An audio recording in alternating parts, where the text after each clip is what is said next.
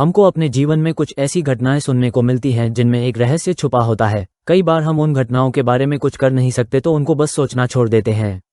कई बार यह सोचकर कि अगला झूठ या अगले को धोखा हुआ है करके उस बात को नकार देते हैं। तो फिर चलिए, मेरा नाम है सारंग और शुरू करते हैं सारंग स्टोरी टाइम के आज के एपिसोड को। किरण करीब 14 या 15 साल की रही होंगी। घर के पास में किरण की एक सहेली रहती थी। उसकी बुआ की लड़की गर्मी की छुट्टियों में आती तो वे लोग साथ में खेलते। ये सिलसिला कई वर्षों से चल रहा था, इसलिए वह भी किरण की सहेली बन गई थी। उम्र में किरण से कुछ बड़ी थी। वो गांव से आया करती थी, इसलिए दौड़ दौड़ कर खूब काम करती और देखने में बहुत ही प्यारी थी। वो गांव की भाषा में बोलती थी तो बहुत प्यारी लगती थी। 2 साल बाद पता चला उसकी शादी हो गई है, इसलिए अब वो छुट्टियों में नहीं आती थी। किरण को बहुत आश्चर्य हुआ कि इतनी छोटी सी है, अभी उसकी शादी हो गई। फिर सोचा, नहीं, गांव में तो हो ही जाती है। उसकी शादी को बस तो 2 ही वर्ष बीते होंगे कि एक दिन खबर आई सीमा की मृत्यु हो गई है।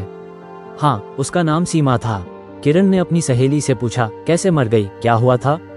तब सहेली ने बताया कि उसने आग लगा ली, सुसाइड कर लिया है। किरण को इस बात का बहुत दुख हुआ। उसकी कुछ महीनों की बेटी हुई थी। किरण को आश्चर्य हुआ कि ऐसे कैसे कोई अपने आप को मार लेता है, जबकि इतनी छोटी उसकी बच्ची हुई है। क्या उसको अपनी बच्ची की कोई परवाह नहीं हुई होगी?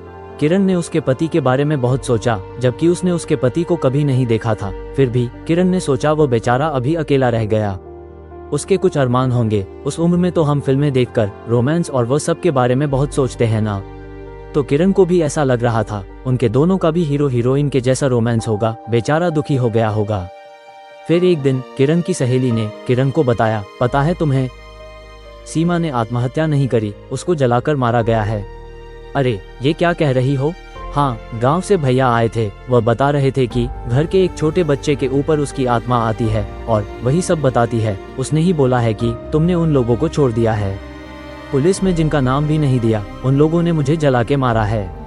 इतना बोलकर आत्मा चली भी गई थी। किरण ने घर जाकर ये सब मम्मी को बताया तो मम्मी बोली, ये सब ज्यादा मत सोचो, आत्मा वात्मा कुछ नहीं होता। उन लोगों को शक हुआ होगा कि उन्होंने मारा है, ऐसा इसलिए ऐसा बोल रहे हैं। फिर एक दिन पता चला सीमा की सास और उसका पति दोनों जेल में है। उन दोनों ने ही सीमा को जलाकर मारा है। किरण ने अपनी सहेली से पूछा, किसी ने तो गवाही दी होगी, ऐसे कैसे उनको जेल में भेज दिया?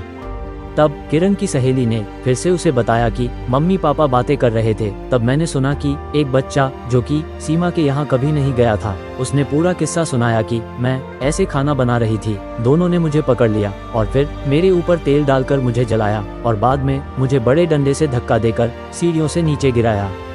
सीमा का मृत शरीर सीढ़ियों से गिरा हुआ ही पाया गया था तो सीमा के घर के लोगों को विश्वास हो गया। सब लोगों ने थोड़ा और पूछा था कि तुम यहाँ क्यों आए हो, बोलो। आत्मा बोली, मैं यहाँ कभी नहीं आऊंगी, लेकिन तुम वहाँ से मेरी बच्ची को निकाल लो और उन लोगों को सजा दिलाओ। खैर, फिर उसके घर के लोग उसकी बच्ची को भी वहाँ से ले आए और दोबारा उसके बाद कभी भी सुनने को नहीं मिला कि उसकी की आत्मा किसी के ऊपर आई हो।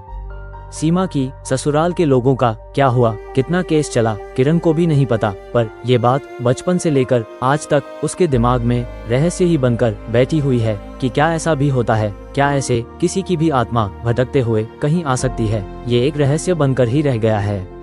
अगर मेरी ये कहानी आपको पसंद आई हो तो एक लाइक जरूर से कर दें, साथ साथ कमेंट शेयर करना ना भूले।